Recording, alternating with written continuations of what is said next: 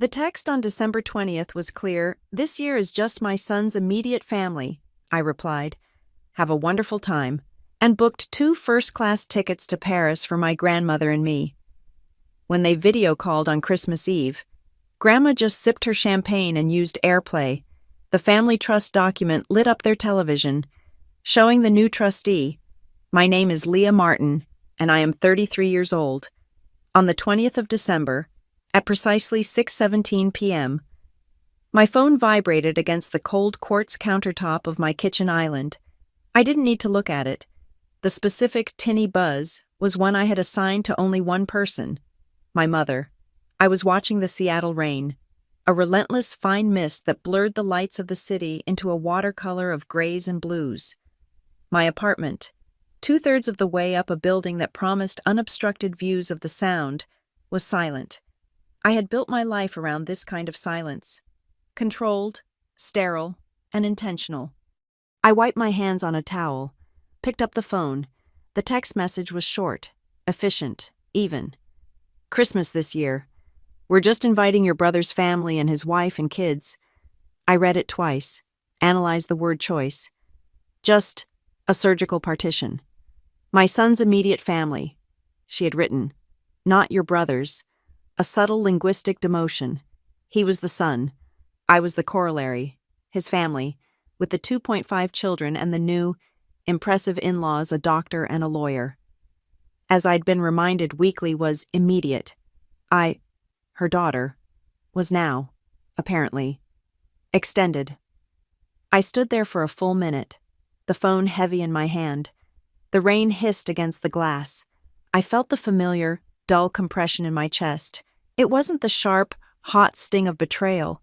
That was for younger women, for people who still carried hope. This was something different. The chronic, low-grade ache of a fact being confirmed. The weariness of a 33-year-old lesson that refused to end. My thumbs moved with practiced precision. I typed 4 words.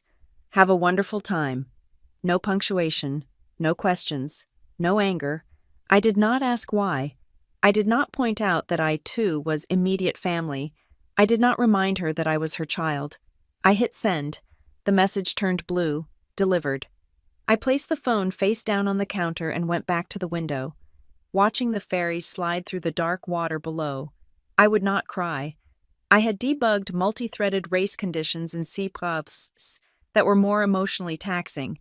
This was just a logical error, a bad pointer, a segmentation fault in the family code. The phone rang, startling me. A different ringtone, a warm, analog-sounding bell. Evelyn. I let it ring 3 times, a small ritual to compose my voice, to bleach the ice out of it. "Hey, Grandma." "Leah, dear, I was just pulling the pan out of the oven. Am I catching you in the middle of work?" Her voice was like old paper, thin but textured, and the only source of uncomplicated warmth in my life. "No, just wrapping up. What's baking?" "Gingerbread," she said, and I could hear the smile. "The dark kind, with the extra molasses. Just like you like. Now, I was calling to ask what you were planning to bring for the 25th. Your mother is being vague about the menu, and I want to make sure we don't end up with 3 kinds of green bean casserole again." There it was, the casual, innocent question that landed like a ball-peen hammer on a fractured bone. My mother hadn't told her. Of course she hadn't. Evelyn was my grandmother, but she was her mother-in-law, a logistical nuisance to the grand performance. I leaned my forehead against the cool glass. "You know, Grandma, I haven't even thought about it.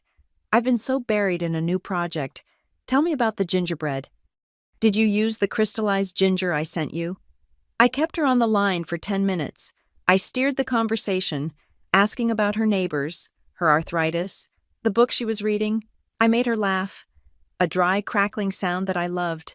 I painted a vague picture of a holiday I would not be attending, a ghost at a feast I was barred from. I did it to protect her, to shield her from the casual cruelty of her own daughter. I promised to call her back tomorrow. I hung up and the silence of the apartment rushed back in, heavier this time. This was the hollowness. It was no longer painful. Not really. It was just familiar. It was the exhaustion of a lifetime spent on the periphery, 33 years of being the quiet, intense, difficult one, while my brother, with his easy smile and football trophies, soaked up all the light. I was the one who didn't fit the narrative. My successes were weird, nerdy, and unphotogenic. His failures were romanticized as finding himself. I walked over to my laptop, sleek and black on the desk. I opened it. The screen illuminated my face, my real life, my calendar. Sentinel Arc Labs, a block of red tomorrow morning. NDA call project Scythe IP escrow terms. I thought about the terms, the clauses I had personally drafted, hidden deep in the acquisition contract, the intellectual property kill switch, tied to an escrow account that only I and my two co-founders, Maya and Darius, could access. The thing that made the $290 million sale possible. The thing that ensured our employees got 20% of the payout before the venture capitalists saw a dime. The thing that had made 3 of the top partners at a major San Francisco law firm look at me. A 33-year-old woman in a plain black sweater with a terrifying mixture of respect and fear. My father had insisted I use his financial advisor after the sale. He handles all of our investments. Leah, he's very good. I'd taken the meeting, listened to the man patronize me about mutual funds, and then quietly moved my entire net worth into a blind trust managed by a woman in Zurich, whose name my family had never heard. I clicked off the calendar and, out of some morbid, self-punishing instinct, opened social media, a private family group chat, the one I was clearly still in by administrative oversight. My sister-in-law, the lawyer, had posted a photo, fabric swatches, trying to decide on the tablescape for Christmas Eve, which one feels more classic for the doctor's parents. My uncle replied, "As long as there's enough bourbon, they'll love it. Can't wait to show our new in-laws a proper family Christmas." A proper family Christmas. I looked at the color swatches, burgundy and gold, performative, curated, a stage set for a play I had not been cast in. They weren't just having a holiday, they were impressing an audience. And I, with my quiet intensity and my lack of a photogenic, high-status husband, was bad for the brand. I closed the laptop. The screen went dark, and my reflection stared back at me, pale, tired, but my eyes were clear. "Not my fault," I whispered to the reflection. It wasn't an affirmation, it was a diagnosis. This is their choice, a choice made, no doubt, in a family meeting I wasn't invited to. A choice to prioritize the aesthetics of a party over the inclusion of their own blood. I would not fight it. I would not beg for a seat at a table that was never truly set for me. I opened a drawer in my desk. Beneath a stack of unread security journals, there was a folder. I pulled it out. A flight itinerary, drafted 6 weeks ago, never ticketed. Seattle C to New York, JFK, 2 round trip, first-class seats, for Grandma Evelyn. She had mentioned in passing, months ago, that she'd always wanted to see the Rockettes at Christmas, that she'd seen a newsreel of it once back in the 1950s, but never had the money. I had found the best seats, booked a suite at the St. Ush Regis overlooking the park, arranged for a private car, and then, a week before the planned trip, her hip had flared up. "Oh, next time, dear," she'd said, her voice small with disappointment. "It's too much. Don't waste the money." The itinerary sat there, a ghost of a kindness, an uncashed check. My professional phone, a hardened, encrypted device, buzzed on the desk. A different number. I picked it up. "Mr. Jensen, good evening. Leah Martin." The voice on the other end was gravelly, professional. "Ms. Martin, good to hear from you. Everything is quiet here. Just confirming the systems check. Is the radiant heating operational in the main lodge?" "Yes, ma'am. Fired it up yesterday, just as you scheduled. The snowplow service is on standby for the main road, and the pantry is stocked per your list. And the generators. Fuel topped off, tested this morning. You're all set, if you decide to come." "Thank you. Mr. Jensen, I'll let you know." I hung up. The ranch. 600 acres in Paradise Valley, Montana, purchased for $6.2 million in cash through a shell corporation. A fortress of pine and glass and quiet, powered by its own systems, with a high-speed fiber line I'd paid to have run 20 miles up the mountain. A place my family did not know existed. A place I went when the noise of their expectations became too loud. I looked from the encrypted phone back to the unpicketed flight to New York. I looked at the family group chat, still glowing on my laptop, the text message from my mother, the exclusion, the performance, the unused ticket for Evelyn, and a new thought, cold and clear and sharp as a diamond, crystallized in my mind. If I am not invited to their Christmas, I will host my own. Not in Montana, not in New York. My fingers flew across the keyboard.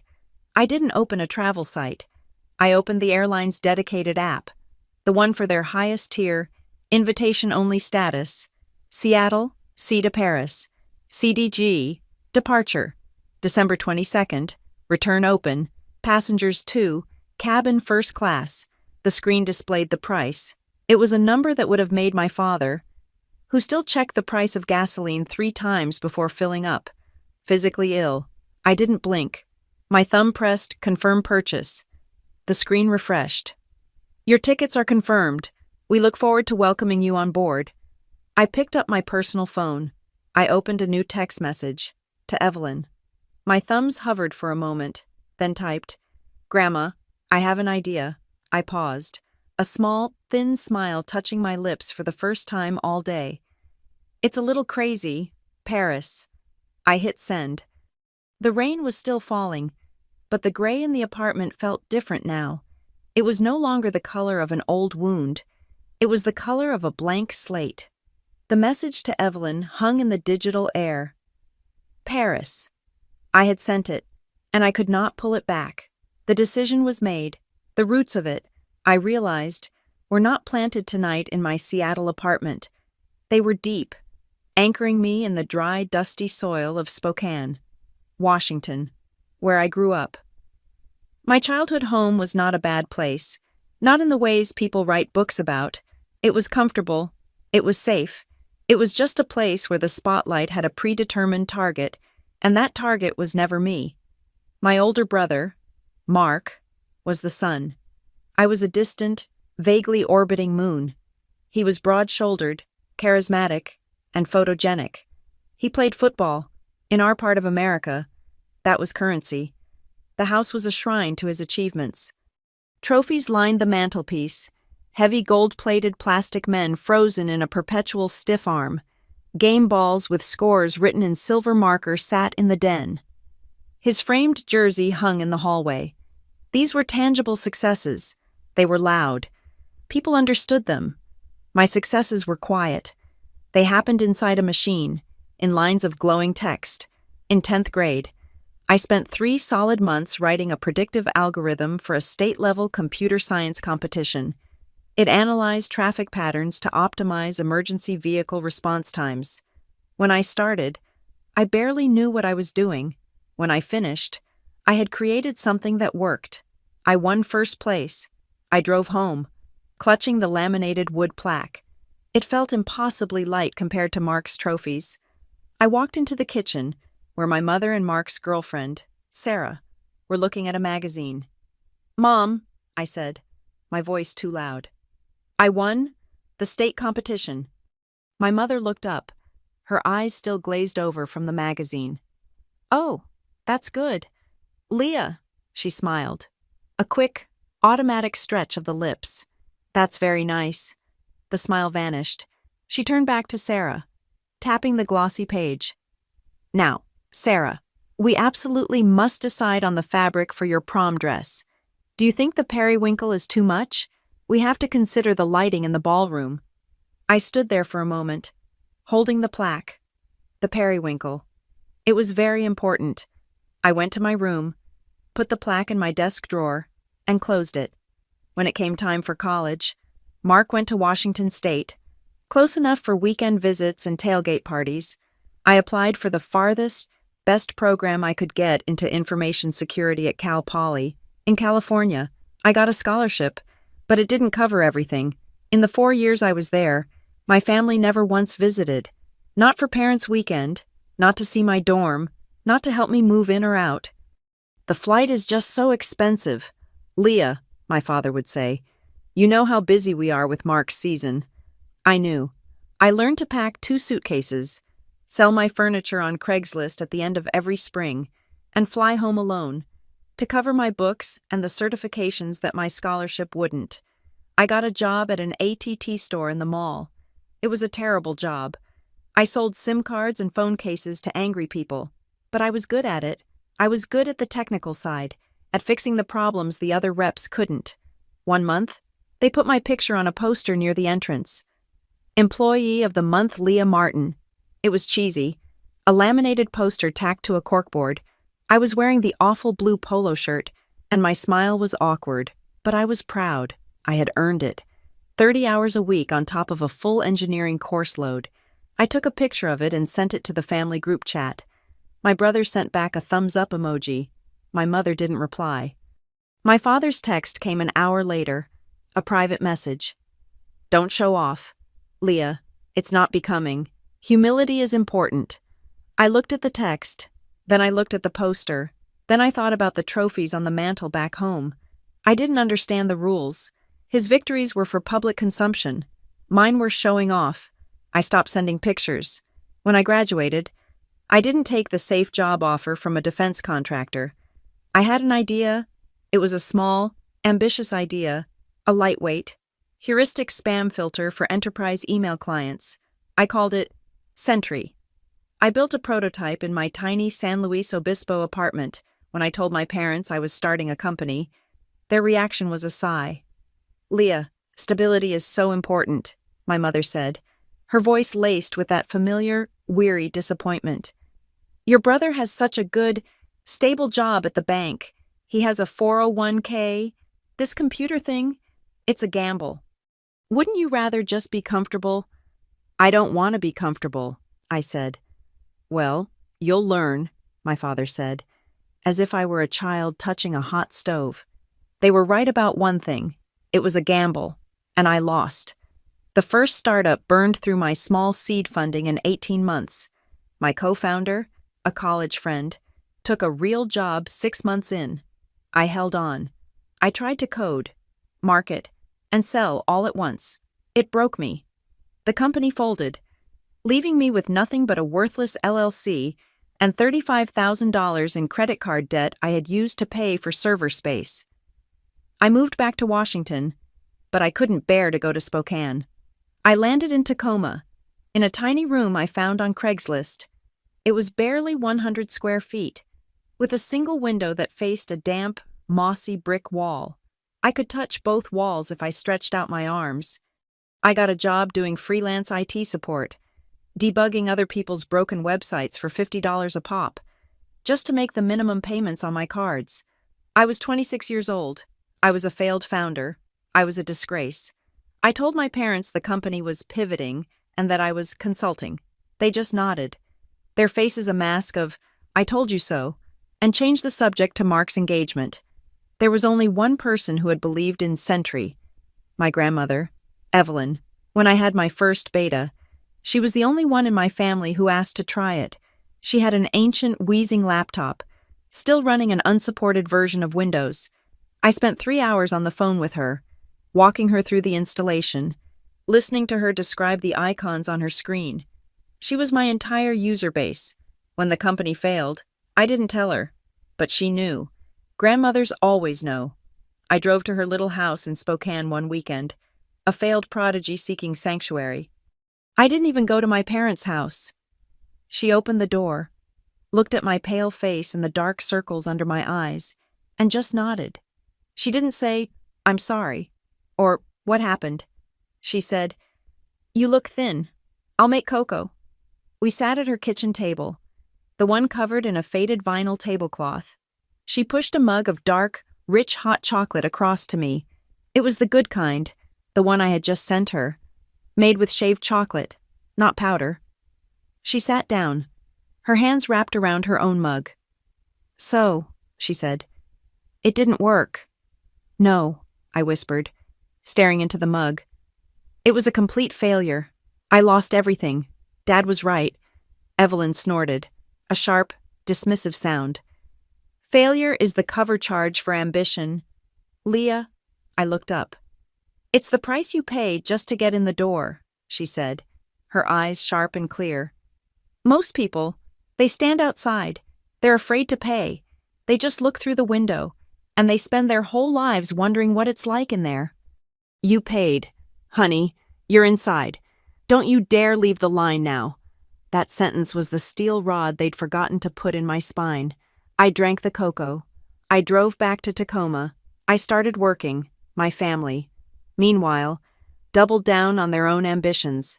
Their ambition was normalcy. It was the perfect, traditional. Proper Christmas. It was their annual performance. Mark was the star. His wife, Sarah, was the supporting actress.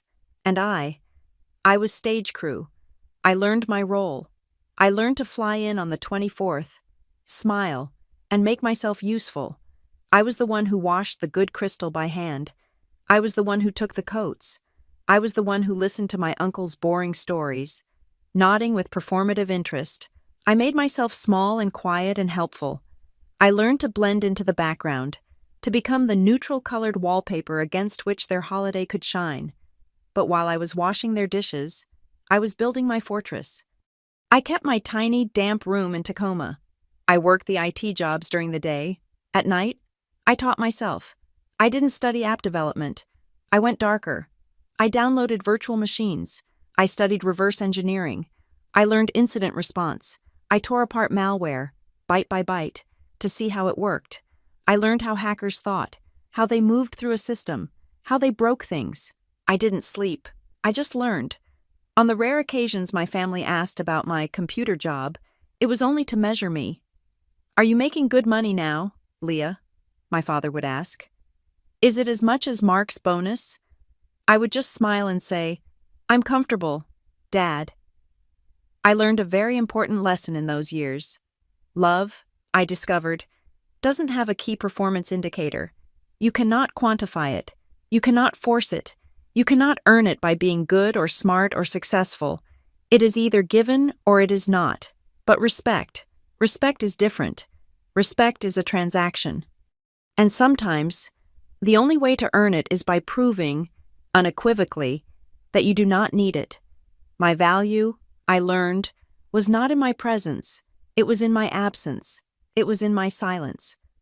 I looked at the text message I had just sent to Evelyn. Paris. I wasn't just offering her a trip. I was cashing in my chips. I was done paying the cover charge. I was about to buy the club. Sentinel Arc Labs was not born in a startup incubator with whiteboard walls and kombucha on tap. It was born in a rented garage in Tacoma, the kind with a rattling metal door and a concrete floor so cold it seeped through the soles of your shoes. This time, I was not alone. I had learned from Sentry. You cannot build a fortress by yourself. I had Maya, and I had Darius. Maya was law. She had walked away from a junior partnership at a Seattle firm, claiming she was tired of defending the dragons and wanted to build the castle. She was sharp, precise, and saw contracts the way I saw code as a system of instructions that could be exploited or fortified. Darius was research and development. He was a quiet, brilliant man who had spent 5 years in network defense. He didn't just understand systems, he felt them. He could spot a bad actor by the rhythm of their packet requests. I was the architect, the one who built the engine and laid the strategy. Our product was born from my time in the dark. We called it the black box. Companies were developing faster than they could secure themselves, pushing code a dozen times a day in their CI/CD pipelines. They were leaving digital doors wide open, leaked API keys, unsecured credentials in public code repositories, anomalous behaviors in their build chains. We built a tool that acted like a flight recorder for their entire development process. It didn't just scan for known vulnerabilities, it learned the unique behavior of their system. It created a baseline of normal, and the instant the very microsecond a developer or a process acted abnormally, the black box flagged it, isolated it, and sounded the alarm. The first 6 months were brutal. We had a handful of small business clients, beta testers who were paying us pennies. The cash was non-existent. My savings from the IT support jobs evaporated. Then my personal savings. I sold my car, an old sedan, for cash and started taking the bus. My diet became a rotation of ramen packets, the kind that cost 20 cents apiece. Doubt was a physical weight.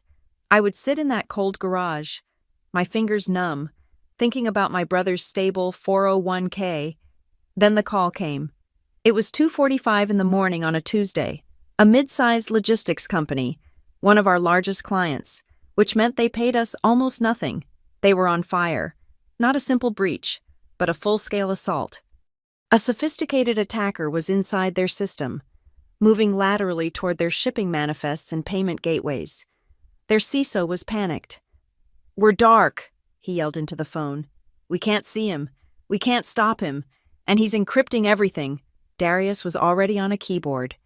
"He's good," Darius murmured, his eyes scanning logs. "He's not using a script. He's thinking." Maya was on the phone with their legal team, getting emergency authorization. I just coded. I found the entry point, a compromised developer credential. Just as our thesis predicted. But the attacker was already past it, using a zero-day exploit we'd never seen. We couldn't kick him out, so we built a box around him. For 72 hours, we did not sleep, the three of us, in that garage, fueled by gas station coffee. We manually rerouted their entire network, segment by segment, through our black box prototype. We didn't just watch the attacker. We profiled him. We learned his habits. We anticipated his next move and walled off that part of the system seconds before he arrived. We kept the company running. We held the line. On the third day, the attacker, realizing he was trapped in a labyrinth of our making, simply gave up and disconnected. The system was clean. A week later, the logistics company's chief information security officer flew to Tacoma. He was a tall man in an expensive suit. He stood in our garage, looked at the exposed wiring, the empty ramen cups, and the three of us, who looked like survivors of a plane crash. He didn't say thank you. He just pointed at our prototype. That was a proof of concept. "I'm signing a contract." The first-year contract was for $1.2 million. We moved out of the garage and into a real office, a small space with actual heating. We hired our first 3 engineers. The first thing I did, before we even cashed the check, was pull Maya into a room. "I want to structure the cap table," I said. "But I want something non-standard." "What?" she asked. "If we are ever acquired, I want the employees to be paid first. Not us, not the investors, the employees." Maya raised an eyebrow. "That's not how this works, Leah." "Make it work," I said. 20% of any sale, off the top, goes into an employee-managed labor trust. Priority shares, ironclad. She smiled. "I'll draft it." We grew. We built a honeypot, a fake system designed to lure attackers. 6 months later, one took the bait. It wasn't a script kiddie, it was a sophisticated group. Darius caught the signature. "This is new," he said, his voice quiet with a terrifying kind of excitement. "They're testing us." That night, Darius reverse-engineered their malware. I wrote the patch to neutralize it, and Maya spent the night drafting a detailed legal complaint, including a forensic analysis of the attack vector, which she delivered to the group's hosting provider and the FBI's cybercrime division by sunrise. We weren't just a product anymore. We were a security operation. Year 2. The infrastructure funds came calling. They saw our client list. They saw our defense record. We took a Series A. The negotiation was brutal. They wanted control. They wanted the core IP transferred to their holding company. I remembered my first failure. My first company. "No," I said, in the big glass boardroom. Maya stepped in. "What we can offer," she said, "is a compromise." The compromise was Appendix 14, a clause I had written myself. It stated that the core intellectual property, the black box algorithm, would be held in a third-party escrow. It could not be transferred, sold, or modified without a unanimous vote from the founders. It effectively gave me a veto. They balked. We threatened to walk. They signed. With my portion of that funding, I did something my family would never understand. I didn't buy a Tesla. I didn't buy a waterfront condo. I created a new blind trust, and through it, I quietly purchased 600 acres of land in Paradise Valley, Montana, for $6.2 million. It was a ranch, with a simple lodge, its own well, solar, and a generator. It was my fortress, a place I could disappear. My name was on no deed. My family thought I was still just a consultant, making good money. Year 4. We achieved FedRAMP moderate certification. It was a grueling, expensive process, but it opened the door. We could now sell to the United States government. The acquisition offer came 6 months later. A tech titan, the ones who buy everything, they flew us to their campus.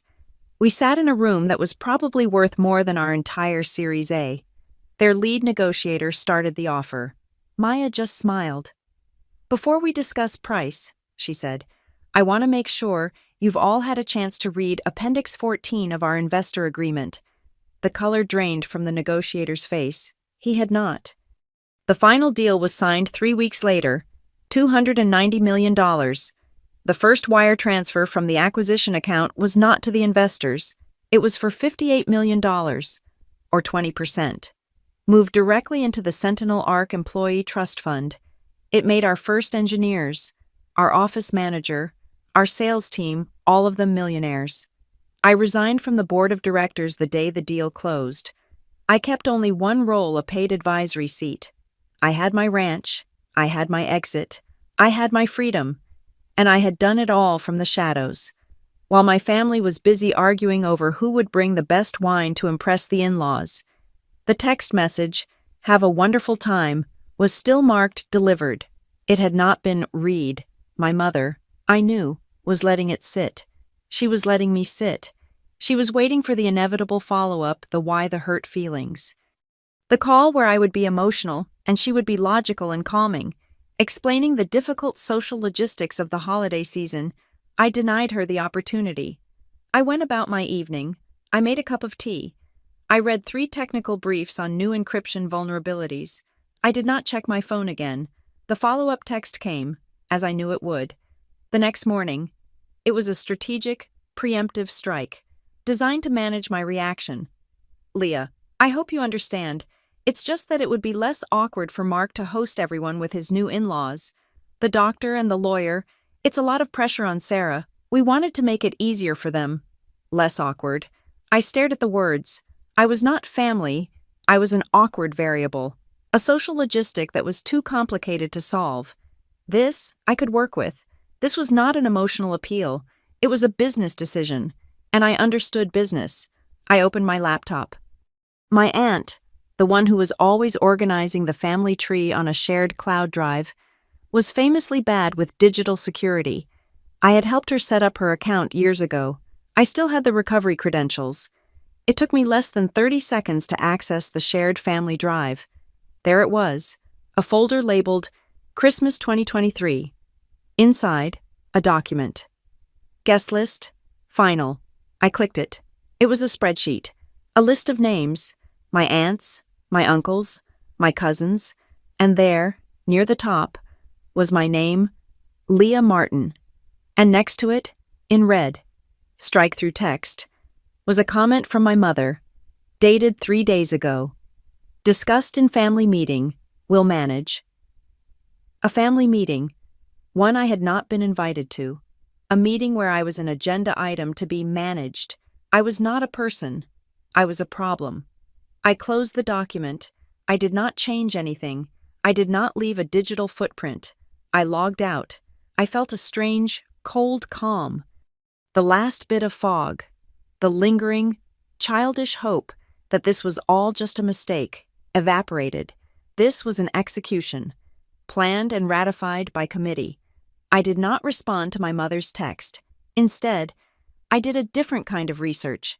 I found the resort my brother and sister-in-law were hosting at. It was an exclusive, showy place in the mountains, the kind with valet parking for skis. I found the event package they had likely booked. I pulled a high-resolution satellite image of the main lodge from a public server. I looked at the sprawling deck, the huge outdoor fireplace, the perfectly manicured grounds. "Nice," I said to the empty room. "But not for me." My phone buzzed again. This time, it was Evelyn. Her text was simple. "Your mother told me the plan.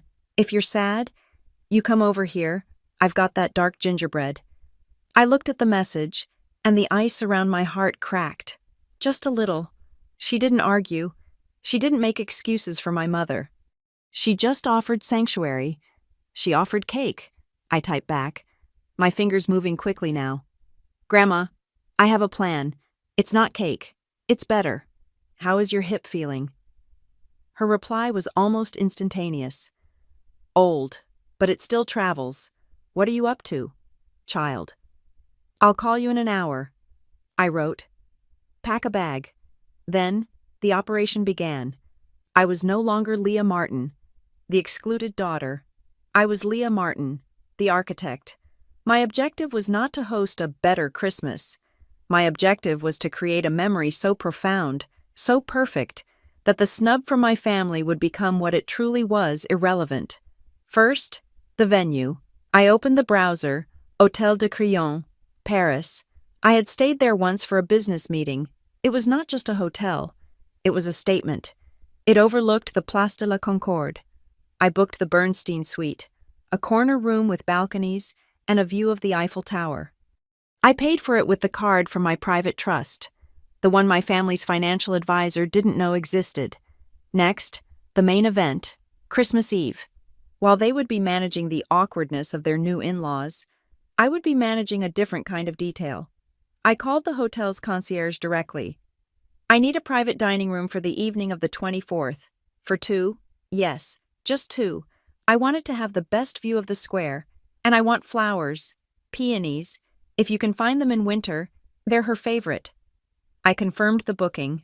I selected the menu, a classic French réveillon, and paid for it in advance. Then, the memory. My grandmother wasn't a materialist. She was a woman of stories, of moments. I needed to honor that. I hired a small, discreet Parisian film crew, a two-person team I found through an art house production company. I sent them an email with clear instructions. "This is not an influencer video. This is a tribute. You are to be invisible. You are capturing the story of an 80-year-old woman seeing Paris for the first time. It is for her. It is for memory." I delved deeper. I remembered a story she told me, about a postcard she'd had on her mirror for 40 years. It was a painting from the Musée d'Orsay, a specific one, a minor impressionist piece, but it was the one she loved. I contacted the museum's curatorial office. I explained the situation. I made a significant donation to their arts education fund. In return, they agreed to a private, after-hours tour for Madame Evelyn on the 23rd. They would open the gallery she loved, just for her. No crowds, just her and the painting. The plan was solid, but it needed a personal touch. I went into my closet, to a garment bag in the back. Inside was my grandmother's old coat, a beautiful classic wool coat from the 1960s. She had given it to me, but it was too small. I had kept it, meaning to have it restored. I took it to the best tailor in Seattle. "I need this relined," I said, "and I need a custom tag sewn into the inside, over the heart." The tailor looked at me. "What should the tag say?" "Evelyn Delaney Passage à Paris." He nodded, a small, knowing smile. "It will be ready." There were two final, practical problems. First, Evelyn's comfort. My apartment in Seattle was my fortress. But it wasn't a home for her. I went to my desk, opened the safe, and took out a small, velvet box. Inside was a single, high-security key. The key to the penthouse I had bought, the one 2 floors above my own, which I kept empty. As a guest house and a quiet place to think, it was her escape route. A place in the city she could go, anytime, no questions asked, if she ever needed to be away from the noise of the family. I put the box in my bag. Second, communication. I would not have my grandmother fumbling with international phone plans. I went to the store and bought 2 brand new, top-of-the-line smartphones. I spent an hour configuring them. I set mine up with my credentials. For hers. I simplified the interface. I removed every app except Photos, Weather, and a single, large button on the home screen. A picture of my face. I programmed it. One touch, I would tell her. That's all you have to do to call me, anywhere in the world. I activated an unlimited global roaming plan on both devices. My last act of preparation was an email. I compiled the entire itinerary flights, hotel, tour times, dinner reservations. I attached her medical information and her preferred pharmacy. I sent it to her primary care physician in Spokane. Subject: medical clearance for international travel. E. Delaney. I laid out the plan. The minimal walking required. The comfort and care I had arranged. I asked him to confirm her prescriptions and to clear her for travel. I leaned back. My calendar was full. My finances were deployed. My logistics were locked. I thought about the family meeting. The red strike-through on my name. The text about awkwardness. I would not send a single angry text. I would not make a single phone call. I would not argue, or defend, or ask for an apology. I would just create a memory so bright and so beautiful that it would cast their petty, curated Christmas into a permanent shadow. My silence would be louder than any argument I could ever make. I drove to Spokane in a rented black sedan, the kind that blends in. I didn't go to my parents' house. I went straight to Evelyn's. She was waiting on the porch, wearing her old wool coat and carrying a small tapestry handbag with a worn brass clasp. It was the same bag she had carried to my high school graduation. "You're late, child," she said, her eyes sparkling. "I know, Grandma. Traffic." "There's no traffic in Spokane," she sniffed, but she let me take her arm and lead her to the car. Seattle-Tacoma International Airport on December 22nd was a frantic constellation of lights and stress. People ran with overstuffed bags, yelling at children, their faces tight with the anxiety of holiday travel. We bypassed all of it. I guided Evelyn to the dedicated first-class check-in. There was no line. A woman in a sharp uniform smiled at us. "Good evening. Where are we flying tonight?" "Paris," I said, placing our passports on the counter. The woman looked at our tickets, then at Evelyn, who was standing there clutching her old handbag. The woman's professional smile softened into something genuine. "Madame," she said to Evelyn, "the lounge is just past security. Let me get you a wheelchair escort so you don't have to walk." "Oh, I can walk," Evelyn started. "I insist," the woman said kindly. "It's part of the service." On the plane, the pod was larger than my first Tacoma apartment. Evelyn ran her hand over the smooth, curved shell. A flight attendant appeared instantly, offering champagne. Evelyn, who usually only drank a small sherry at Christmas, took the glass. She settled into the seat, which was already unfolding into a lie-flat bed. She looked over the partition at me, her face a mixture of awe and profound suspicion. "Leah, are you sure about this? This is too much. What did this cost?" I leaned across the aisle. "Grandma, it doesn't matter what it cost. It's just money. I'm just taking you to the place you always dreamed of going, the place you had on that postcard." Her eyes misted, just for a second. "The Monet," she whispered. She took a sip of champagne. "Well, all right then." We landed at Charles de Gaulle at dawn. The air was cold and sharp. As we exited the private customs line, a man in a dark suit was waiting. He was not holding a generic Martin sign. He was holding a polished wooden board, elegantly lettered, "Madame Evelyn." Evelyn saw it and put her hand to her chest. She had never, in her entire life, been Madame Evelyn. She had been Evie, or Mrs. Delaney, or Mom, or Grandma. The man bowed slightly, took her small bag, and led us to a black Mercedes. The Hotel de Crillon was quiet. The marble lobby smelled faintly of lilies and old-world wax. They did not ask us to wait at a counter.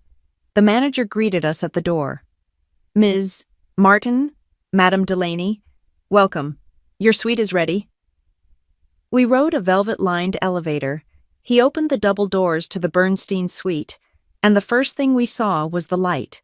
It was a pale Parisian morning light, flooding in through 3 sets of floor-to-ceiling French doors, and beyond them, the view, the Place de la Concorde, sprawling below, the obelisk, the fountains, and in the distance, framed perfectly between 2 buildings, the Eiffel Tower.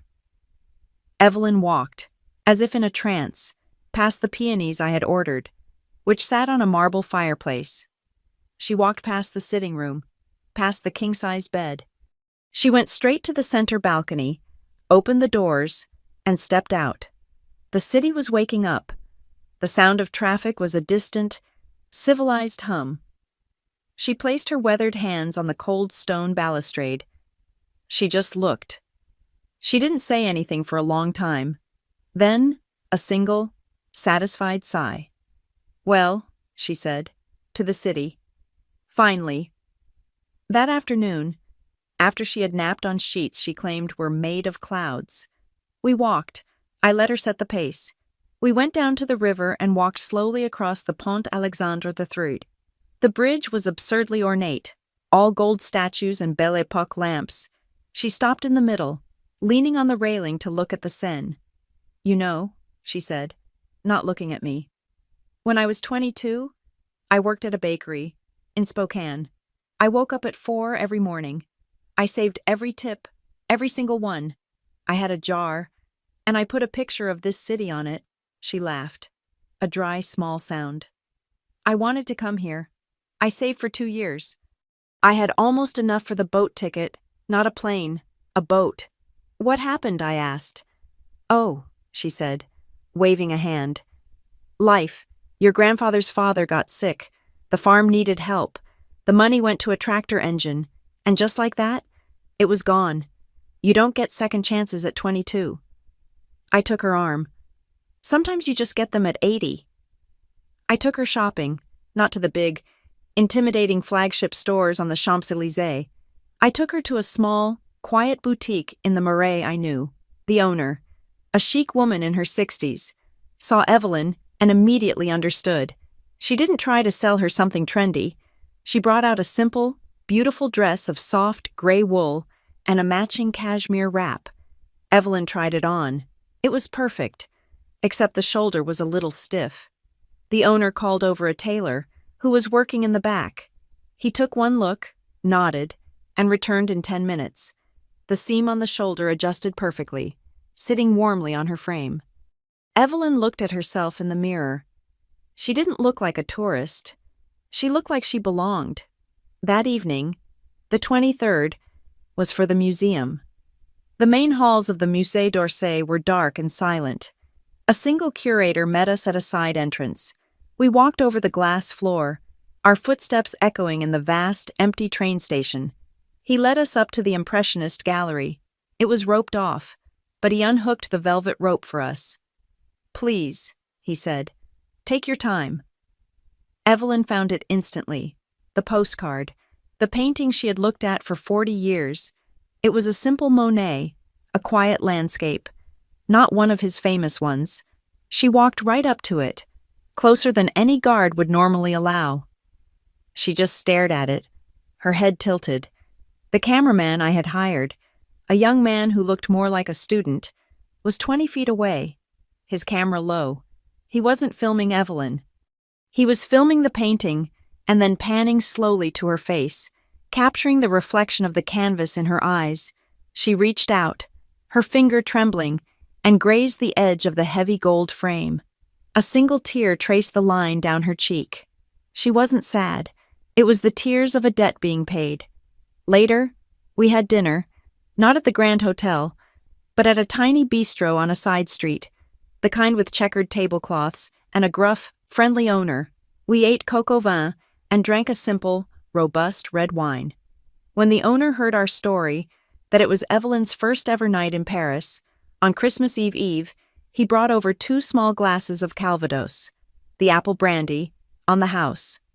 "To Noël, madame," he said, raising his own glass from behind the bar. "To Paris." As we sat there, Evelyn laughing, her face flushed with the wine and the warmth. I took out the new phone. I opened the camera. I took a short video. It was just 30 seconds.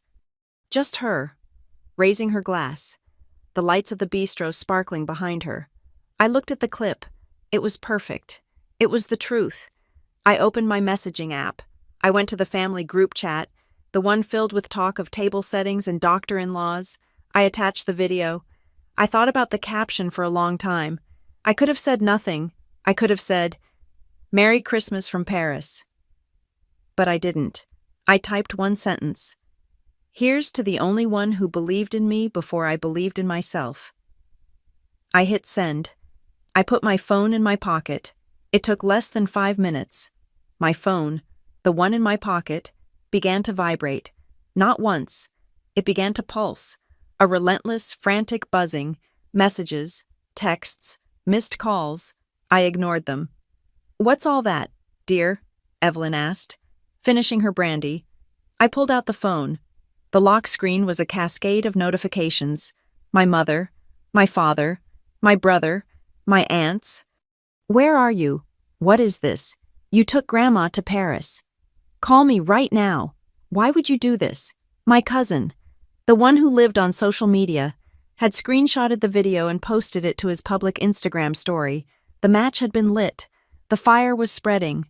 I looked at the chaos on my screen. Then I looked at Evelyn, who was signaling for the check. I silenced the phone. "It's nothing, Grandma," I said. "Just work." I showed her the one-touch call button I had made for her. "This is your new phone. If you need me, you just press my face." She looked at the phone, then at my buzzing, frantic device. "They're bored, Leah," she said, shrugging on her new coat, the one with the hidden label. "They've got nothing better to do. Pay the man. We have a schedule to keep." The walk back to the hotel was quiet. The bistro's warmth faded, replaced by the crisp, cold air of the Paris night. Evelyn's arm was linked through mine. She didn't ask about the phone, and I didn't offer an explanation.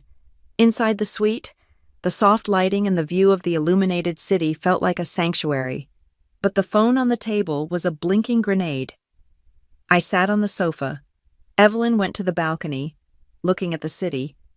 "It's beautiful at night," she said, her voice calm. "All those lights." I picked up the phone. 22 missed calls, 47 text messages. I opened the first one. My mother. "You need to call me immediately. This is not funny. Leah?" I pressed the call button. She picked up before the first ring was finished. "What do you think you are doing?" Her voice was not worried. It was sharp, cold, and vibrating with rage. "Good evening, Mother. I'm just getting back to the hotel." "Don't you good evening me. You took your grandmother out of the country without telling anyone. Are you doing this just to spite me? To make us look bad?" I looked over at Evelyn, who was still peacefully watching the traffic circle the obelisk. I turned back, lowering my voice. "I'm with the person who invited me. Mom, you were very clear about your guest list. I just made other plans." "You," she sputtered. I heard my father's voice in the background. "Give me the phone, Carol." His voice boomed onto the line. "Leah, what is this Christmas is for family? It's for being together. You don't just run off to Europe with your grandmother." Being together doesn't start by uninviting someone over a text message. "Dad?" "That was a misunderstanding," he yelled. "Your mother was just trying to manage. The in-laws. It's complicated." "It didn't seem complicated to me," I said, my voice flat and cold. The guest list was very clear. My name had a red line through it. "We'll manage." You managed it. Now I'm managing my own holiday. There was a stunned silence on the other end. He hadn't known I'd seen it. "How did you—" "That's not the point. The point is, you are being divisive and cruel, and you are upsetting your grandmother." "She looks fine to me," I said. "She's on the balcony, enjoying the view of the Place de la Concorde. But thank you for your concern. I have to go." "You will not hang up on me." I pressed the red icon. I ended the call. The silence that followed was heavy. My phone immediately buzzed again. My mother. I declined the call. It buzzed again. A text message. From a number I recognized but rarely used. My sister-in-law. Sarah, the lawyer. Her text was different. Leah, I had no idea you were this wealthy. My parents are asking questions. This is very awkward. I stared at the message. This was the real problem. Not my grandmother's happiness, not the fractured family. The performance had been disrupted. The new in-laws, the doctor and the lawyer, were confused. The narrative of the humble, successful son and the difficult spinster daughter was collapsing. I typed a reply. You didn't need to know. I put the phone on Do Not Disturb. A new message slipped through the filter. My brother, Mark. It wasn't text. It was a picture.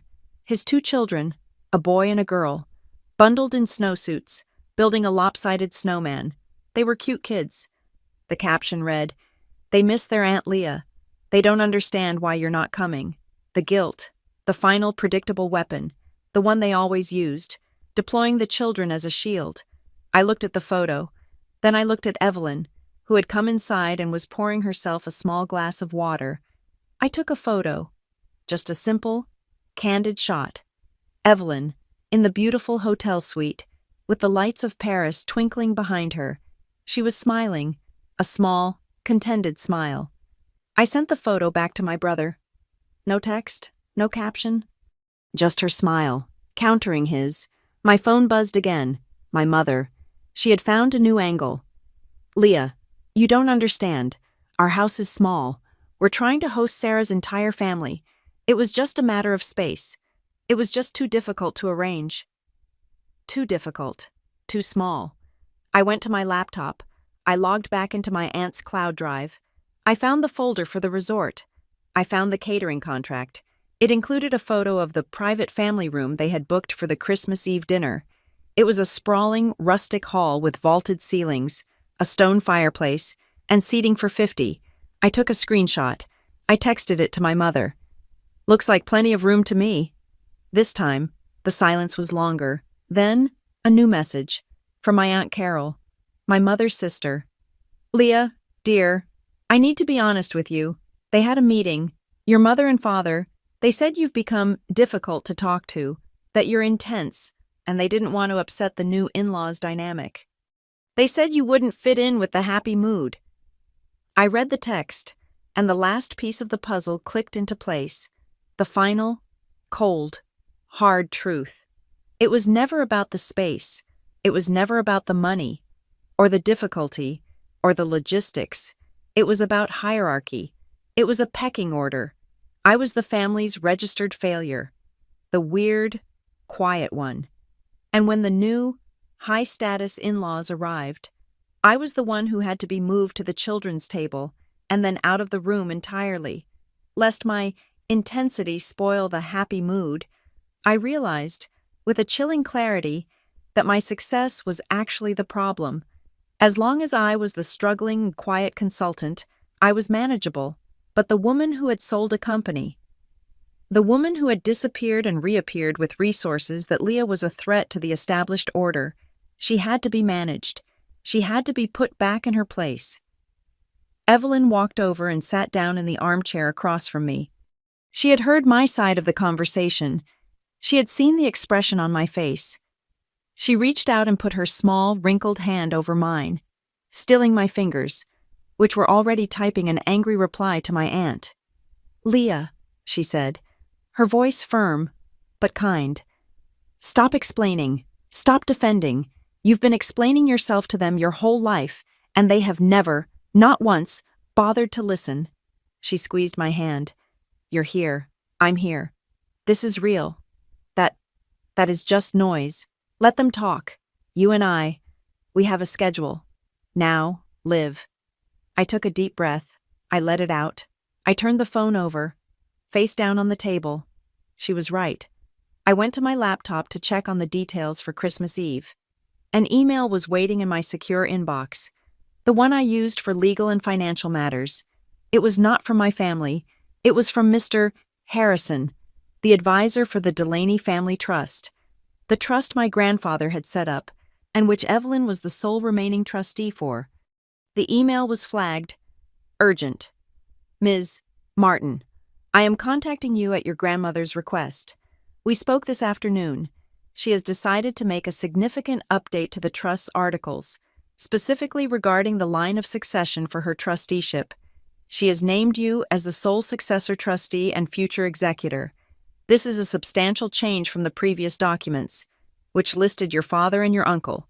She was very specific about the changes. She also wants to restructure the trust's charitable directives. She requested I contact you to facilitate this. She mentioned you were in Paris. I can arrange for a notary and legal counsel to meet you there tomorrow. If you are in agreement, please advise. I read the email twice. I looked up at Evelyn. She was watching me, her eyes sharp. She knew. Grandma, are you sure? It's my money. Leah, she said, simply. Well, it was your grandfather's, and his father's. It was meant to build things. It was meant to help.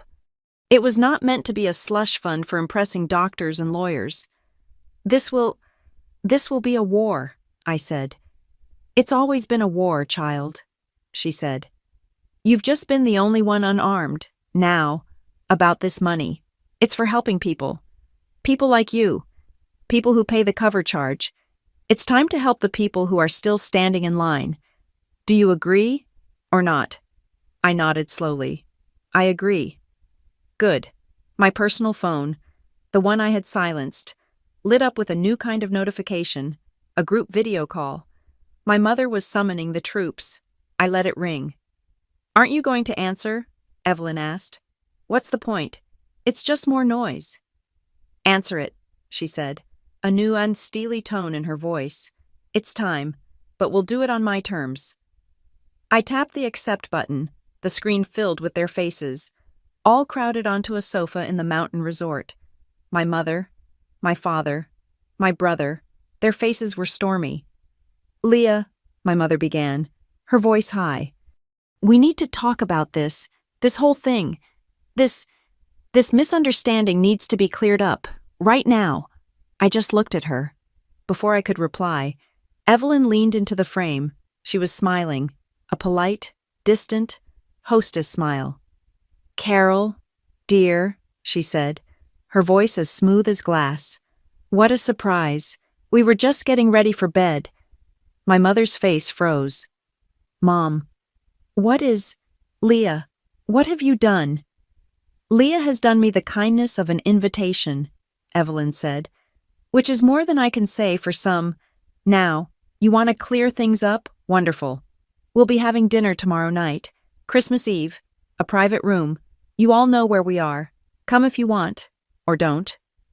She reached out and, with one perfectly manicured finger, ended the call. The private salon at the Hôtel de Crillon was a theater set for a final act.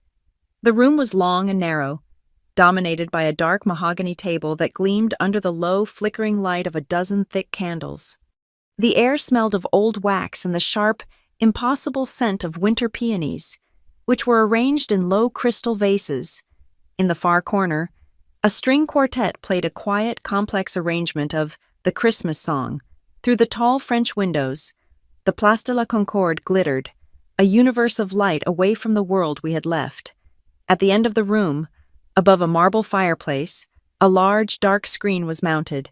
It was currently quiescent, displaying only 5 elegantly scripted words, Evelyn à Paris. Evelyn sat at the head of the table, her spine straight. She was wearing the new gray wool dress, and she looked less like a grandmother from Spokane and more like the matriarch of an empire. I sat to her right. The cameraman and his assistant were in the corner, next to the musicians, indistinguishable, their equipment small and dark. A sommelier, wearing a silver tastefin, poured a small measure of champagne into Evelyn's glass. She raised it, her hand perfectly steady. She did not look at me. She looked down the length of the empty table, as if addressing a full board of directors.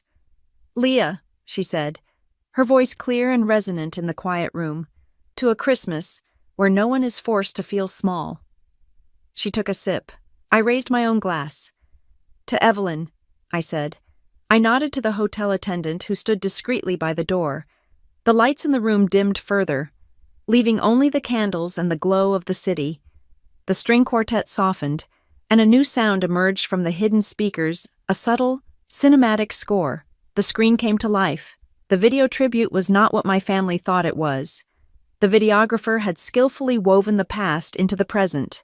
It began with the old, digitized photographs I had given him, grainy images from the 1970s and 80s. My grandfather, tall and thin, my mother as a teenager, defiant and bright. Then, it shifted to a series of Christmases from the 1990s. The camera loved my brother. Mark, beaming, holding up a new football. Mark, standing by the fireplace, surrounded by gifts. Mark, at the head of the table, carving a turkey. And in the background of 3 different shots, I had found myself, a ghost at the feast. In one, I was just a blur of a brown sweater, visible over my father's shoulder, my hands in the kitchen sink, washing dishes. In another, I was sitting alone on the bottom stair, watching the family open presents, my face half hidden. The music swelled, and the screen cut to black. A single word faded in, white on black mildly. The score changed, the screen filled with color, sharp and vibrant. It was Evelyn, stepping onto the hotel balcony for the first time, her hands gripping the cold stone balustrade.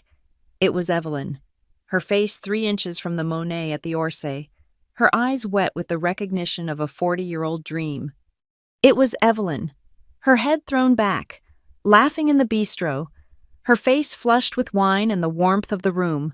The cameraman had caught the moment, panning from her joyous face to the Eiffel Tower as it exploded in its hourly cascade of light. Evelyn watched herself, her hand pressed against her lips. When the bistro scene played, she let out a small, sharp laugh of pure delight. "Ah," she whispered, to the screen. "There I am, finally." The video ended with a long, slow shot of the Seine at dawn, the water like polished steel. As the screen faded to black, I reached for Evelyn's hand under the table. Her skin was like paper, but her grip was like a vice. A single, muffled flash, nearly invisible, illuminated our joined hands. The cameraman had his shot. The string quartet began to play again. A waiter stepped forward to present the first course, and my phone, placed deliberately on the table beside my plate, lit up and began to vibrate. It was not a text. It was an incoming group video call. My mother. Evelyn looked at the buzzing phone, then at me. A small, satisfied smile touched the corners of her mouth. "Right on schedule," she said. I tapped the green button. I propped the phone against the heavy silver centerpiece. Their faces flooded the small screen, a chaotic jumble of anger and confusion. My mother was front and center, her face pale and pinched. My father loomed over her shoulder, his expression thunderous. On a sofa behind them, I saw my brother and Sarah, his lawyer wife. I could even see my aunt and uncle, drawn into the drama. They were crowded together in the rustic, expensive lodge in Washington, the great stone fireplace roaring behind them, their perfect Christmas interrupted. "Leah," my mother began, her voice high and tinny through the phone's speaker, "what is the meaning of this, that story? Your cousin saw it. He sent it to everyone. Everyone is calling. What have you done?" They had seen the social media fallout. They had not seen the tribute. "Merry Christmas, Mother," I said, my voice perfectly level. "We were just sitting down to dinner." "Don't you Merry Christmas me," she shrieked. "You are trying to humiliate this family. You take my mother." "Carol," Evelyn's voice was not loud. It was low, cold, and absolute. It cut through my mother's rising panic like a surgeon's blade. Everyone, 3,000 miles away, fell silent. "You wanted to clear up the misunderstanding," Evelyn said, leaning into the phone's view. "We are clearing it up. Now, watch." She nodded to the hotel attendant. "Monsieur, if you please." The airplay? The attendant tapped a small tablet. My phone's screen flickered. and then its image was mirrored onto the giant screen above the fireplace. At the same time, I shared my screen with the group video call. My brother's face went blank. What is this? What is she doing? The screen in our Paris salon and the screen in their hands in Washington now showed the exact same thing. It was not a video, it was a clean digital document, a PDF. The title was at the top, in stark, unforgiving Times New Roman. First Amendment to the Evelyn Thomas Delaney Family Trust. I heard a sharp intake of breath. It was Sarah, the lawyer. She knew what this was. As the sole living trustee, Evelyn said, her voice as calm as a frozen lake, I have instructed my counsel to make some significant updates. They were ratified and filed this morning. Leah, if you would. I scrolled to the first item. My voice was flat, the voice I used to use when reading technical specifications. Item 1, I said, the creation of the Delaney Grandchildren's Scholarship for Technology. This scholarship will disperse $500,000 annually, in perpetuity, to be awarded to first-generation female students in computer science and engineering, with priority given to applicants from the state of Washington. My father's face was turning a dangerous shade of red. Evelyn, you can't. The trust. That's our... I can, Evelyn said. It's done. Item 2. Leah. I scrolled again. Item 2. All real estate assets currently held by the trust in King County, Washington. I paused. My father looked confused. My mother was lost. But Sarah, the lawyer, closed her eyes. She knew the county records. Specifically, the property at Four Seasons Private Residences, Seattle, Unit 28B, will be immediately transferred, title and all, to the newly formed Delaney Pathways Foundation. What foundation? My brother asked, his voice weak. A nonprofit foundation, I said, dedicated to funding STEM education for underserved middle school girls. The foundation will be governed by a board, with myself, Leah Martin, serving as the non-salaried executive director, with sole and exclusive voting rights. My mother's eyes went wide. But that's your apartment. No, I said. It's the penthouse I keep for guests. It's now the foundation's primary asset and headquarters. This is manipulation, my father roared, finding his voice. This is insane. We will contest this. This is elder abuse. Leah, you? Item 3. Evelyn's voice was so cold, it could have cracked glass. I scrolled to the last clause. This was Maya's contribution. My Sentinel ARC lawyer had drafted it on a 3-hour notice, and it was a work of art. Item 3, I read. The forfeiture clause. In the event that any listed beneficiary of the original trust or their spouse, I made eye contact with Sarah's frozen face on the screen, engages in litigation, public disparagement, slander, or any form of public attack, whether verbal, written, or by proxy, against the acting successor trustee, all their future disbursals and claims upon the trust, in their entirety, will be immediately and irrevocably forfeited. Those forfeited funds will be transferred, in full, to the endowment of the California Polytechnic State University. I smiled, a thin, cold smile.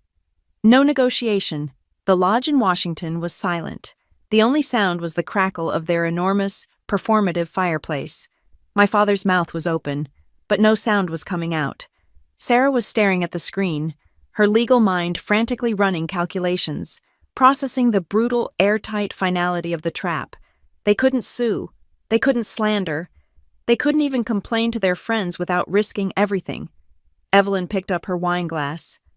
And of course, the amendment designating Leah Martin as that successor trustee. All signed, witnessed, and notarized this morning. Merry Christmas, everyone. She nodded to me. I ended the call. The string quartet began to play again. The waiter stepped forward.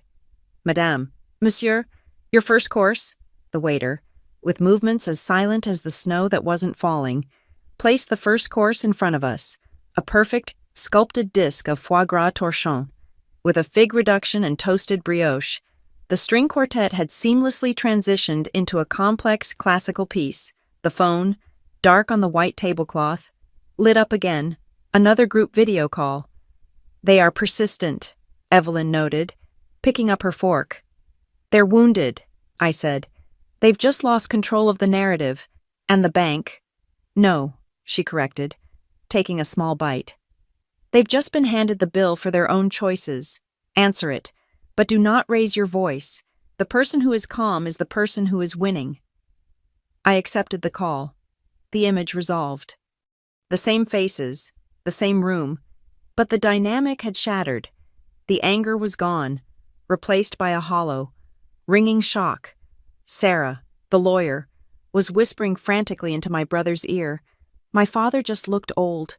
My mother was the first to speak, her voice trembling, not with rage, but with a desperate, failed attempt at matriarchal authority.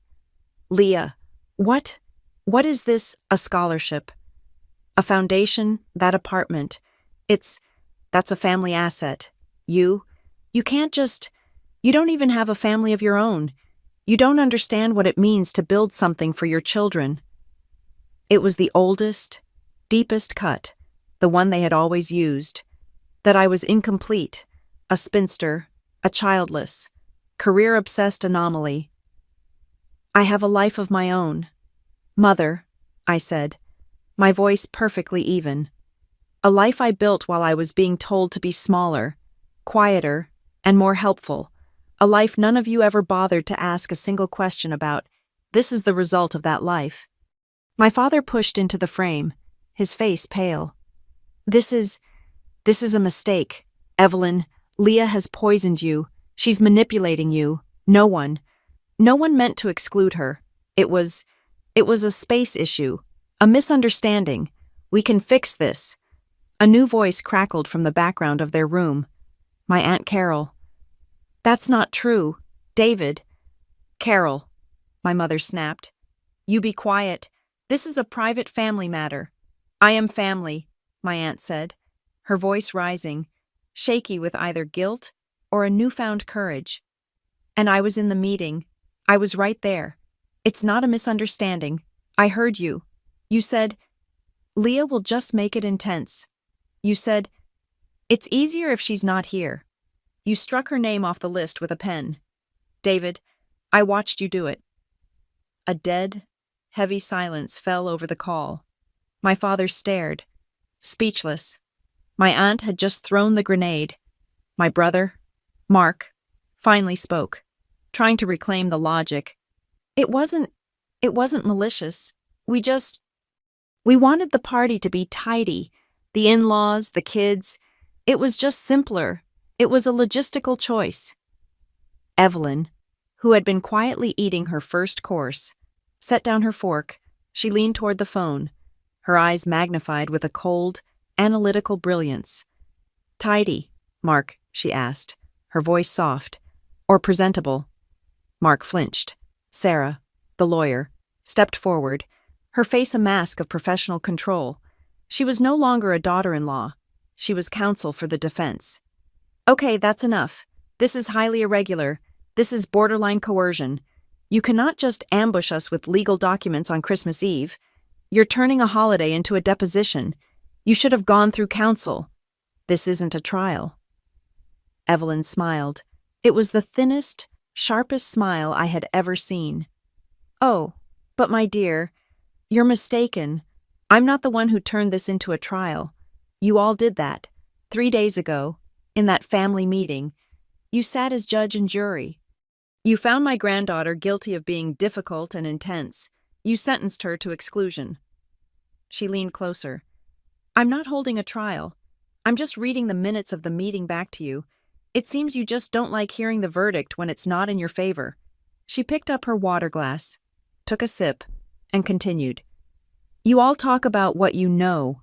You talk about family. Let me tell you what I know. 3 years ago, my furnace broke. It was January. The temperature in my house was 40 degrees. I called your father, David. He said he'd look into a repairman's schedule when he had a moment." My father's face was white. "I called you. Mark," she said, her gaze pinning my brother to the sofa. You said you'd see if your bank had any special loan programs for seniors. I was freezing for 2 days, wearing my coat indoors. Now, Mom, my father started. That's an exaggeration. I was there, Evelyn snapped, silencing him. And then Leah called. Just to check in. I tried to lie, but my teeth were chattering. She was in Tacoma, a 4-hour drive. It was snowing. She said, "Don't move, Grandma." She arrived at my house at 10 o'clock at night. She had just been paid for a small consulting gig. She had exactly $54 in her checking account.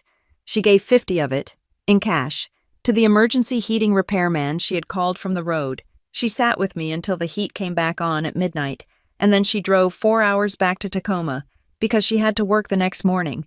She ate ramen noodles for 2 weeks to make up for that $50. She never told any of you. She never posted about it.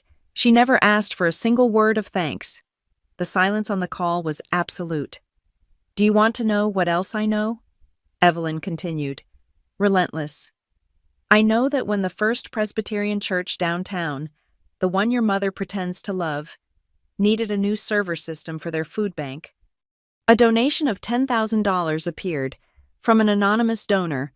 I only know who it was because I volunteer there, and I saw the car that dropped off the hardware late at night. I recognized the license plate. It was Leah's rental. She didn't want a plaque. She didn't even want a tax receipt. She just wanted the hungry to get fed. My mother's face crumpled. It was the first genuine, unscripted emotion I had seen from her in years. I didn't know, she whispered. She never said any of that. I told you, I said, my voice quiet, cutting through the silence. I told you the furnace broke. I told you about my work projects. You were busy. I looked right at her. You were busy arranging things to look nice. Mom, it's very hard to hear the truth when you're that focused on the table space. My father put his hand on her shoulder. He looked at the screen, at me, at Evelyn. He saw the game was over. He tried for a truce. This is all just... It's all in the past. It's Christmas. Let's just stop. Okay, stop. Leah, Evelyn, come home. We'll fly you back. We'll fix this. We'll go back to how it was. This was it. The final, desperate plea for reset. The desire to rewind the tape, to put the genie back in the bottle, to pretend the red line was never drawn. No, Dad, I said. He looked confused. No, you don't get it. You're still not listening. Back to how it was is the problem. How it was me washing your dishes by hand while you praised Mark for showing up. How it was you telling me humility was important while you built a shrine to his football trophies. How it was me being the family ghost, the quietity support, the one you could rely on to be small. How it was all of you sitting in a room, deciding I didn't fit in with the happy mood. You struck my name from the list. Dad, that was the end of how it was. I looked at all of them, one by one. My weeping mother, my defeated father, my stunned brother, my calculating sister-in-law. You wanted a tidy Christmas, I said. This is how it is now. Tidy, final. Sarah was whispering urgently to Mark. My father looked like he had aged a decade. My mother was crying. Silent, humiliated tears. I looked at Evelyn. She nodded. We're having dinner now, I said. Evelyn reached out, her finger steady, and ended the call. The salon was perfectly silent. Even the string quartet was in a momentary pause. The waiter stepped forward, as if from the wings of a stage. He carried the wine bottle. Madame, Miss Martin, the Sancerre, for your coquille Saint-Jacques. Evelyn straightened her napkin in her lap. She smiled up at him. Thank you, young man. It looks lovely. The only sound in the room was the delicate, high-pitched clink of my silver fork against the Limoges china. We ate the main course in a profound, magnificent silence. The coquilles Saint-Jacques were perfect, delicate and seared. Swimming in a light, buttery sauce, The Sancerre was cold as a stone. We did not speak. We let the string quartet fill the space. We let the family, 3,000 miles away, stew in the acidic silence of their own making. The phone, as I knew it would, lit up a final time. A third group video call. The last attempt. The plea bargain. I looked at Evelyn. She dabbed her lips with a napkin. "I suppose we should hear the closing arguments," she said. I accepted the call. The anger was gone. The shock had subsided. This was the raw, pleading face of defeat. My mother was at the forefront, her eyes red and swollen. My father stood behind her, his hand on her shoulder, his face gray. "Leah, please." My mother's voice was a whisper. "Please, just stop. This isn't us. This isn't family. Can't you just fly home? We can talk about this. In person. Back in the States. We can fix this." "No, Mom," I said. My voice was not cold this time. It was just firm. Final. "I'm not flying back to talk. We're talking right here. Tonight. You wanted a family meeting to decide my status. Here we are. This is the meeting." From the background, I heard a child's cry. Sarah, my sister-in-law, who had been sitting in stone-faced silence, flinched. Her professional mask broke, and for a second, she just looked like a tired mother. "Mark," she said, her voice strained. I need to go. The kids, they're waiting up for Santa. They don't understand what's—" She looked at the phone, at me, her eyes a mix of fear and resentment. She stood up and walked out of the frame. "Go ahead, Sarah," I said, my voice softening for the first time. "This isn't about them. This has nothing to do with the children. They aren't at fault here. Go be with them." My brother looked at me, his expression unreadable. Was it gratitude or just confusion? He nodded, his face pale, and followed his wife, his screen winking out. Now it was just them, my parents and my aunt, hovering in the background like a guilty ghost. My father took a deep breath, visibly trying to muster the last of his patriarchal authority. "Okay, Leah, okay. We hear you. We made a mistake, a terrible mistake. We see that. So let's move forward. How about this New Year's Day? A big dinner, at our house, just us, the real family. We'll start fresh." "I'm not making any promises, Dad," I said, setting down my fork. "You don't get to just say start fresh and erase the tape. Fresh isn't a word you say. It's a structure you have to build. You don't understand. You still think this is about my hurt feelings. This isn't about a mood. This is about a system. The system you built." "Then what?" my mother cried, her voice cracking. "What do you want from us? Leah, what do you want us to do?" "You want to fix this?" I asked. "You want to heal? Then it's not a dinner. It's a contract. A new one.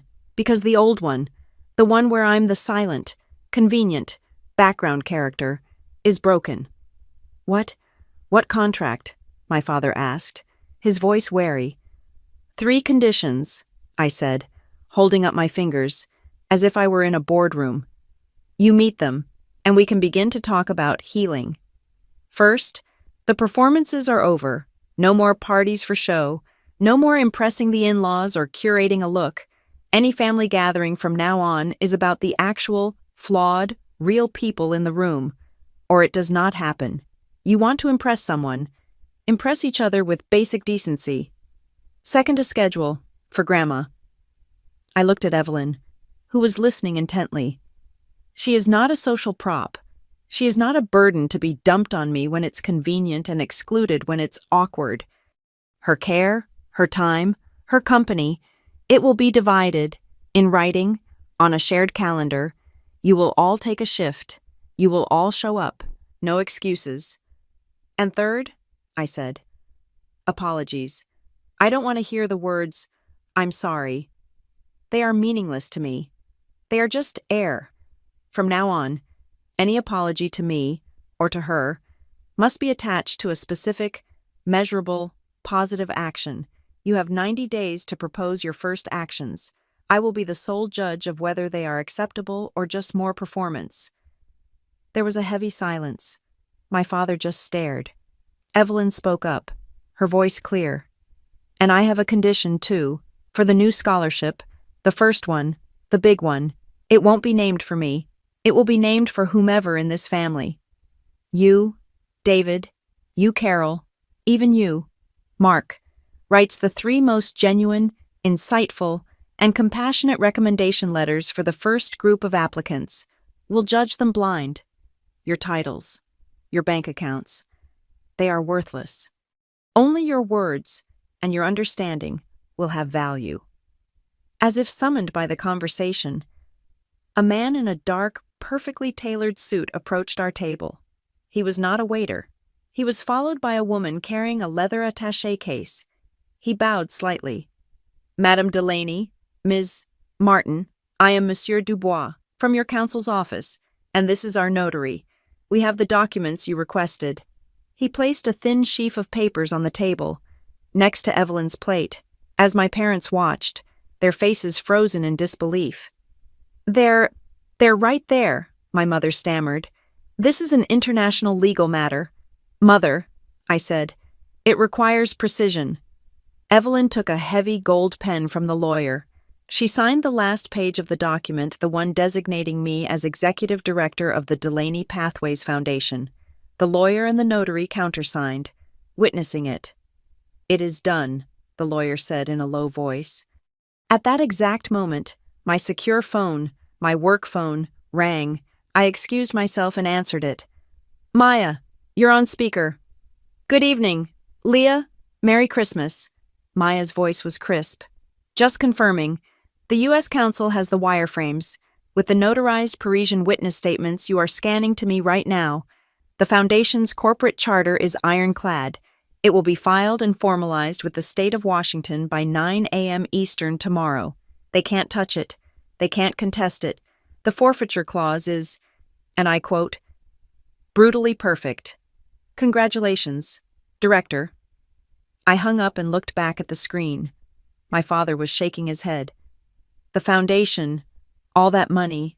Leah, you'll control all of it. That apartment, the trust funds, the salary," my mother whispered, her mind finally grasping the scale of it. An executive director of a foundation that large. My God, Leah.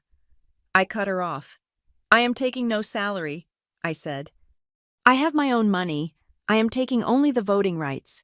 The money stays with the foundation. It will be used for the work, for the girls who are building their own lives." This was the one thing they could not compute. The act had no selfish motive they could recognize. It broke their logic. But why?" my father asked, his voice small. "Because I am not buying respect, Dad," I said, leaning in. "I am just stopping myself from being rented." On the screen, my Aunt Carol, who had been silent this whole time, finally, completely, broke. It was not a quiet, dignified cry. It was a raw, ugly, painful sob. She pushed past my father, her face filling the camera. "Evelyn," she wailed. "Oh, God, Evelyn, I am so sorry. I am so sorry. I knew it was wrong. I went along with it. I wanted to be part of the nice party. I didn't say anything. I'm so sorry." Evelyn looked at her, not with anger, but with a profound, weary practicality. "Stop crying, Carol. It's a waste of energy. You want to be sorry. Good. Use it. Starting tomorrow. I want you, and I want you, David, and I want you, Carol, my daughter, to call one of the other children in this family, not Mark's, one of your sister's kids, the cousins you ignore, and I want you to ask them one simple question. What do you need for your education? Not for sports, not for a new car, for their studies. That is your first action item. Now, stop crying." A high, clear bell chimed in the salon. The head waiter, who had been waiting for this exact cue, stepped forward. He was followed by another, carrying a large silver tray. "Madame, Ms. Martin," he said, his voice warm. "Your omelette norvégienne." He placed the large, domed, baked Alaska in the center of the table. He took a small, silver ladle, filled it with dark rum, and warmed it over a small blue flame. Then, with a flourish, he poured it over the dessert. There was a soft whoosh.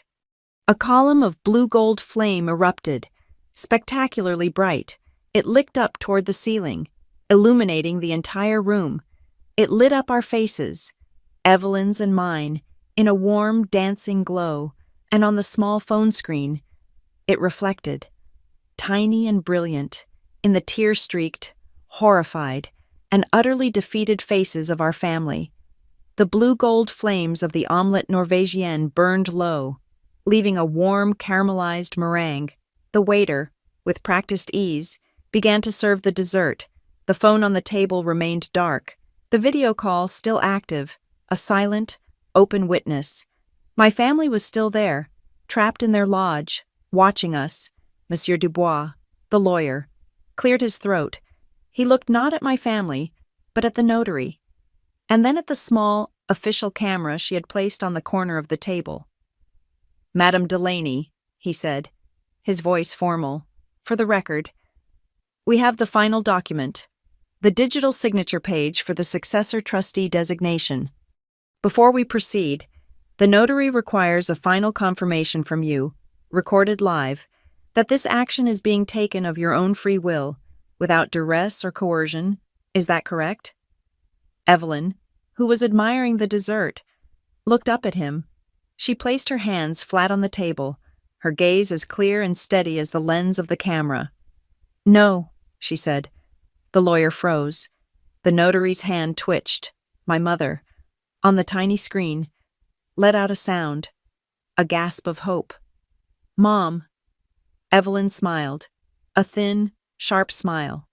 "No, Monsieur Dubois, this is not duress. This is liberation. It is the freest thing I have done in 20 years. The lawyer visibly relaxed, a small smile playing on his own lips. "Thank you, Madame. Please proceed." The notary slid a sleek, dark tablet across the mahogany. The screen glowed with the signature page, the line at the bottom waiting. "My child." My mother's voice was a broken whisper from the phone. "Leah, honey, please, don't do this to us. Don't take it all away. Just, please." It was the voice she used when I was a child, the one meant to convey ultimate, unbearable disappointment, the one that had always worked. I looked at her face, her weeping, pleading face. I looked at my father, who just looked broken, his hands hanging uselessly at his sides. Then I looked at Evelyn. She had raised her hand, her old, frail hand, spotted with age, the knuckles swollen slightly with arthritis.